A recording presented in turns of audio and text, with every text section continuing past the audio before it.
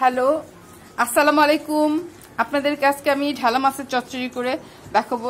এর জন্য লাগবে সবজি নিয়েছি, আলু পটল ঝুড়ি ঝুড়ি করে কেটে নিয়েছি,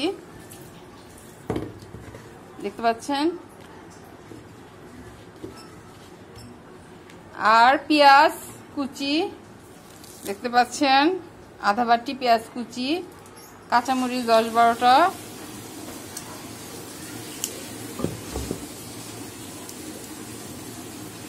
দেখতে পাচ্ছেন কাঁচামরিচ।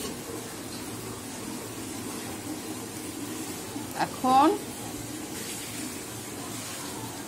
হলুদের গুঁড়া, জিরার গুঁড়া, ধনের গুঁড়া আর লবণ 1 চামচ করে, সব জিরার গুঁড়া, ধনের গুঁড়া শুধু আধা চা চামচ করে।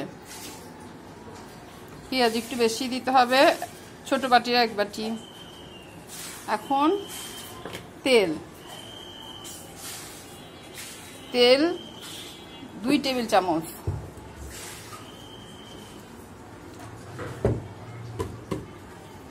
এখন এগুলো মাখাবো একসঙ্গে।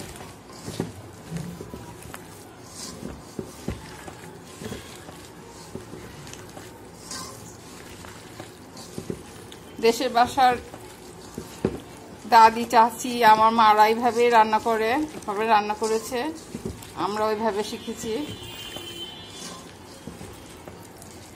আর অনেকভাবে রান্না করা যায়, আমি এভাবে আজকে রান্না করছি। ভেজেও রান্না করা যায় পেঁয়াজ দিয়ে, আলু পটল কাঁচামরিচ দিয়ে মেখে করে দিচ্ছি।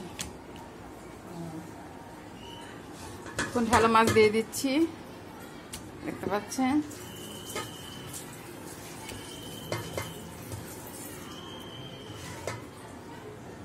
ঢালা মাছ দিয়ে দিলাম।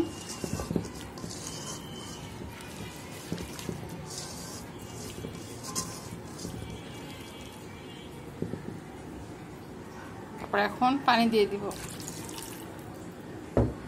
আধা মগ পানি,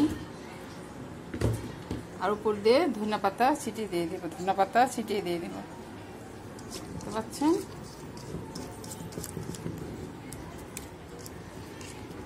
আর কিছু লাগবে না, সহজ রান্না।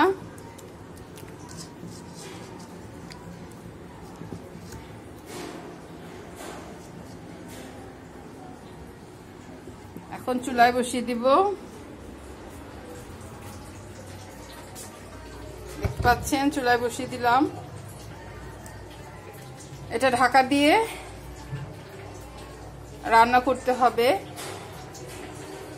পানি শুকিয়ে গেলে চচ্চড়ি করলেই হয়ে যাবে ঢালা মাছের চচ্চড়ি। আপনাদেরকে সবাইকে অনেক ধন্যবাদ এই ঢালা মাছের চচ্চড়ি দেখার জন্য। সহজ রেসিপি, ভালো লাগলে সাবস্ক্রাইব করবেন, পাশে থাকবেন। অনেক অনেক ধন্যবাদ। আসসালামু আলাইকুম রহমতুল্লাহি ওয়া বারাকাতুহু।